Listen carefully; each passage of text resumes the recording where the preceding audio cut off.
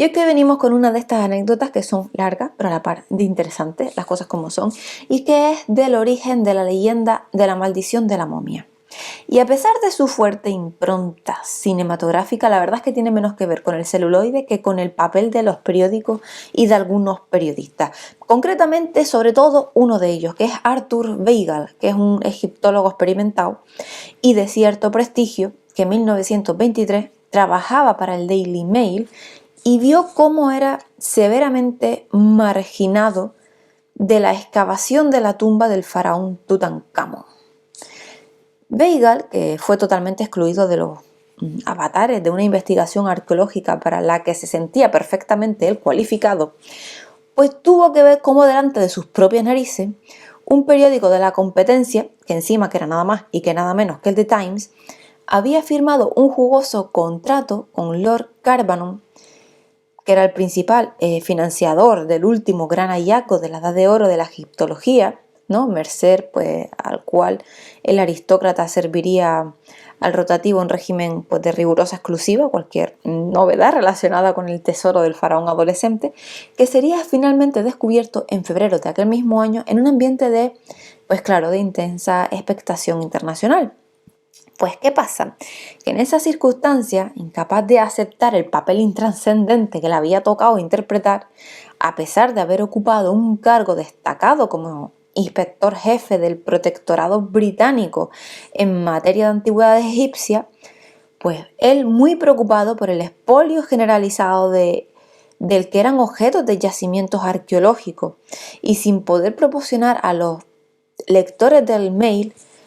informaciones relevantes sobre la excavación en marcha, a falta de nada mejor, Weigall tiró de todo lo que había a mano. Y tal vez pues no tuvo más remedio que convertir en historia a cualquier cosa que rodeara al hallazgo, o sea, algo a lo que se tuvieron que resignar pues en mayor o menor medida pues también otros periodistas de medios como el Morning Post, el Daily Express o incluso el New York Times, que quedaron pues igualmente reducidos a convidados de piedra, lo que no generó pues el mejor ambiente informativo en el entorno de una excavación pues extranjera que la opinión pública egipcia no veía con buenos ojos en pleno debate sobre la titularidad de los yacimientos arqueológicos en el país del Nilo, ¿no? Pues en medio de no pocas fricciones y bajo una atmósfera, que decir, de secretismo, enigmática y pues muy enrarecida. Pues así, en este ambiente de recelos, de cierta frustración colectiva y hay que decir, pues claro, de no poco resentimiento, Weigall, con la colaboración inestimable de toda una tropa de aprovechados ventajistas y gentes ingenuas y supersticiosas, acabó por poner las primeras piedras de un pseudo relato de aquel descubrimiento, clave en la historia de la egiptología, sobre la base pues, de una serie de acontecimientos que no tenían una relación más que anecdótica con el desarrollo de las labores arqueológicas y que sin embargo llegaron a ocupar titulares en periódicos de todo el mundo durante casi una década, siendo tan populares como para estar en la base de una película de 1932 protagonizada por Boris Karloff, que ha sido objeto pues, de numerosísimas revisiones a lo largo del pasado siglo XX y lo que llevamos pues, del XXI. Con todo esto, la archipopular historia de la maldición de la momia quedaría antes del final de los felices años 20 para numerosas novelas folletinescas y comedietas en toda Europa y los Estados Unidos,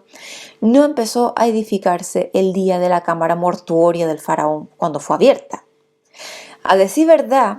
los materiales que le hicieron posible estaban allí desde hace mucho. De hecho, los árabes conocían bien las antiquísimas historias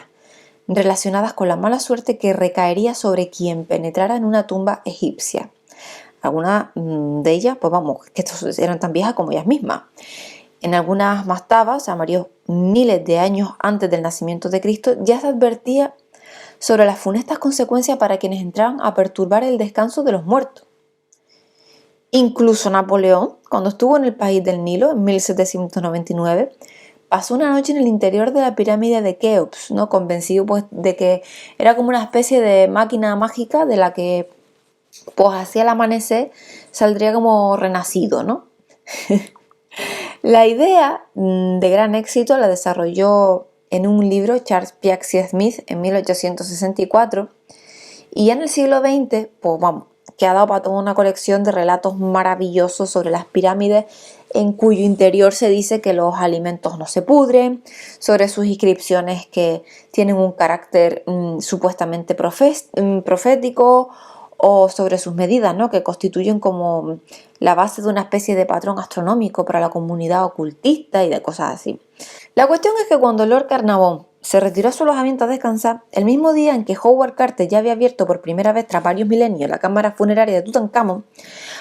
tenía un canario que tenía en una jaula y que había sido devorado por una cobra, que esto es una nimiedad, obviamente no para el pájaro, claro, pobrecito, pero bueno, esto adquirió una singular trascendencia toda vez que el tocado de oro y azul del faraón pues estaba coronado por la imagen de una cobra escupidora, ¿no?, símbolo de la diosa Yayet, cuya función era proteger a los faraones. Pues apenas 2 meses después,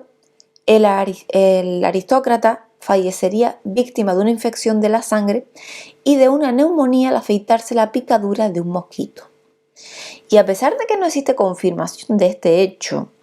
se dijo que su perra Susie cayó fulminada aquella misma noche a más de 5.500 kilómetros del Cairo. Y entonces unas palabras escritas por Weigall unas semanas antes, en las que criticaba pues la actitud superficial de Lord Carnarvon, que gastaba así bromas y hacía chascarrillos sobre las piezas que se iban extrayendo de la tumba, pues adquirieron como un tono premonitorio. El periodista pues ya había sostenido que las boberías en el comportamiento del aristócrata ofendían la memoria de los reyes del antiguo Egipto, cosa que no le iba a deparar para nada bueno. Y a pesar de que Weigall fue pues pronto reprendido por Rex Engelbach, que era otro prestigioso arqueólogo, que le acusó, ¿no?, de no ser capaz de disimular pues su resentimiento y su antipatía hacia Lord Carnarvon, pues haciéndose eco de viejas historias absurdas de manera pues lo suficientemente ambigua como para sembrar la duda, pero esto ya era todo demasiado tarde, ¿no?, porque los periodistas que estaban al pie del cañón tuvieron que padecer el bloqueo informativo de Carnarvon y sus mofas durante meses aguantando, tragando. ¿Qué pasa? Que ellos estaban deseando publicar algo así y en cierto modo pues se resarcieron. El creador de Sherlock Holmes, Arthur Conan Doyle, en unas declaraciones al Western Daily Press del 6 de abril, al día siguiente del fallecimiento del aristócrata, culpó de su muerte a un mal elemental y contó una historia que recorrió el mundo en la que hablaba de una momia de una reina egipcia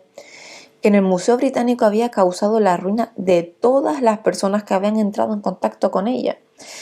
Pues claro, que de nada sirvió que se publicara un desmentido del museo al día siguiente en el Hull Daily Mail diciendo que en su sala solo había una vieja momia ahí de madera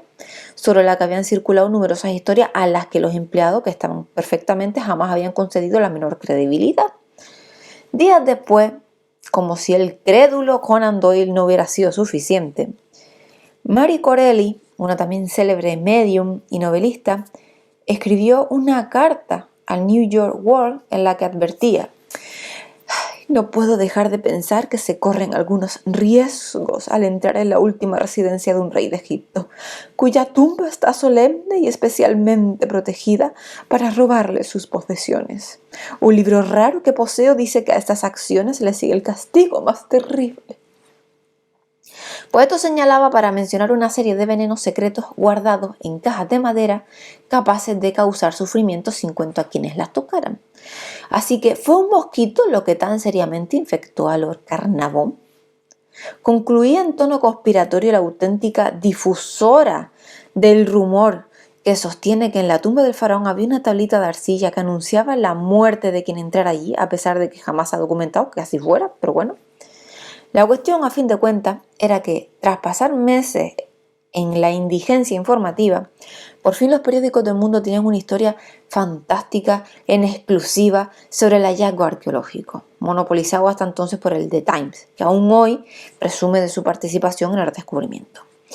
Pues el impacto de la leyenda en todo el mundo fue tal que hasta se llegó a relacionar a una momia con el hundimiento del Titanic, que había naufragado hacía ya como 11 años en 1912.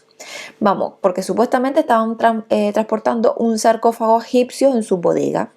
y echando más leña al fuego. En 1924, un egiptólogo y ocultista francés llamado J.S. Mardus sugirió en una conferencia pronunciada en París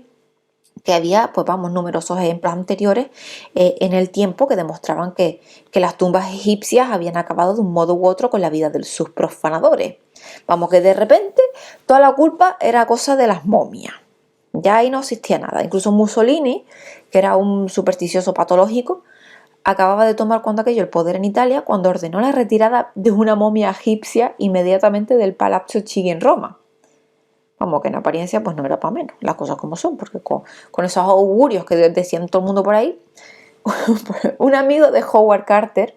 que se llamaba Bruce Ingram, vio cómo su casa ardía por los 4 costados tras recibir la mano de una momia egipcia en un paquete. Vamos, que apenas terminó de reconstruir su hogar, se inundó. Y Richard Bethel, que era secretario de Carter, fue encontrado muerto el 16 de noviembre del 29. El Nottingham Evening Post publicaba sin sonrojas y sin tapujos que había caído víctima de la maldición. Por ejemplo, Lord Westbury, su padre, un hombre anciano enfermo que probablemente no pudo soportar la pérdida de su hijo, pues se arrojó de un 7º piso poco después. Incluso los caballos que tiraban del carro que conducía su cuerpo camino del cementerio atropellaron a un niño de 8 años causando la muerte. Ignoramos por qué razón la momia de Tutankamón debía tomar venganza en un pequeño inocente al que solo se podría culpar si acaso pues de haber ido a cruzar la calle en el peor momento, la verdad. Pero es que todavía hay más, porque Archibald Douglas Reid, el primer radiólogo de la historia que puso una momia egipcia ante unos rayos X, falleció solo 3 días después de hacerlo, un 15 de enero del año 24. Otra víctima también de la maldición fue el millonario George J. Gould, amigo personal de Carter, que murió en la Costa Azul una semana después de visitar la tumba a causa de unas fiebres que había contraído en Egipto. Y en esa línea, vamos, se diría que en enero del 34 la maldición empezó a cerrar el círculo al alcanzar al mismo Weigel, uno de los urdidores de la leyenda. Vamos, que durante más de una década el fallecimiento de alguien relacionado con la excavación de la tumba del rey Tut fue seguido con especial atención por periódicos en todo el mundo que no dudaron en dar pábulo a la historia. Un ejemplo de ello es la edición de La Vanguardia de Barcelona el 11 de diciembre del año 34, y es que en ella el rotativo se hacía eco de una noticia de Reuters que informaba de la muerte de Harold Moyne, un periodista que se subrayaba lacónicamente que estuvo entre las personas que intervinieron en la apertura de la tumba del faraón. No obstante, el signo de la leyenda había comenzado a cambiar algo antes, y es que concretamente cuando Herbert Winlock, un conservador del Departamento de Egiptología del Museo Metropolitano de Nueva York, se propuso desmontar de una vez por todas el dichoso cuento de la maldición, en un artículo publicado en el New York Times, un 26 de enero del año 34, Winlock ridiculizaba todo el asunto señalando, entre otras muchas cosas, que de las 26 personas presentes en la excavación el día de la apertura de la cámara funeraria, 6 habían muerto en los 10 años siguientes, que de las 22 que participaron en la apertura del sarcófago, solo 2 habían fallecido o que ninguna de las 10 que desenvolvieron la momia del cuerpo del faraón había pasado por entonces a mejor vida. Vamos, que Winlow en definitiva revisó escrupulosamente las falsedades y los rumores publicados y desacreditó unas afirmaciones escandalosas y absurdas que con extraordinaria velocidad entraron a formar pues parte del corpus de la leyenda del mundo contemporáneo. Pues en ese sentido es conveniente señalar que los europeos conocían la existencia de las momias egipcias desde hacía siglos y que sin embargo jamás le habían prestado una especial atención. Y prueba de ello es que durante mucho tiempo en las apotecas europeas, antepasado pues de nuestras farmacias, se habían vendido polvo de momia por su efecto cicatrizante sobre las heridas.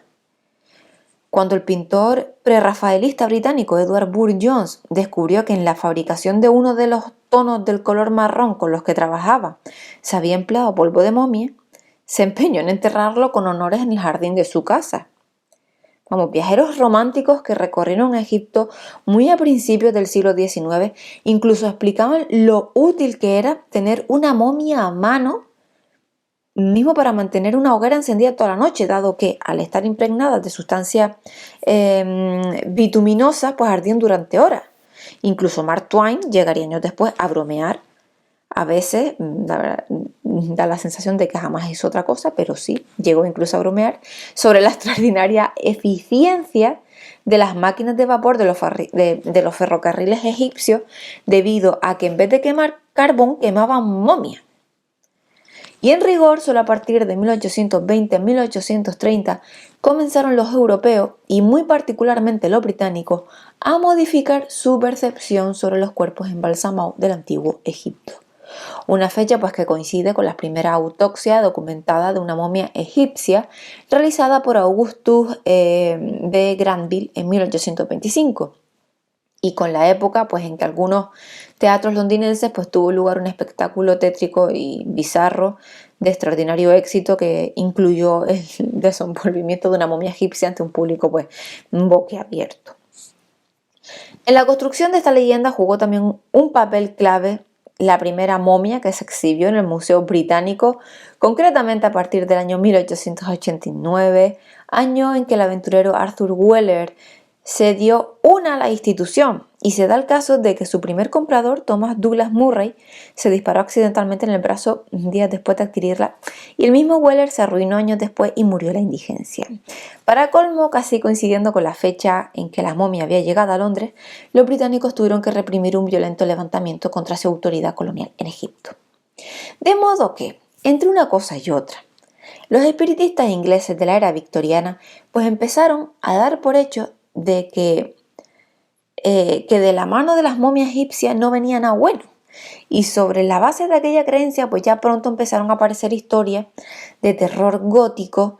sobre ellas, firmadas por escritores como Conan Doyle o Bram Stoker. Hoy parece evidente que la noticia falsa de la maldición y su elevación a la categoría de leyenda fue resultado de varios factores. Por un lado, pues las supersticiones del colonizado pueblo egipcio, pues que las empleó para intentar mantener a los europeos lejos de un patrimonio histórico que estaba siendo pues expoliado, que además para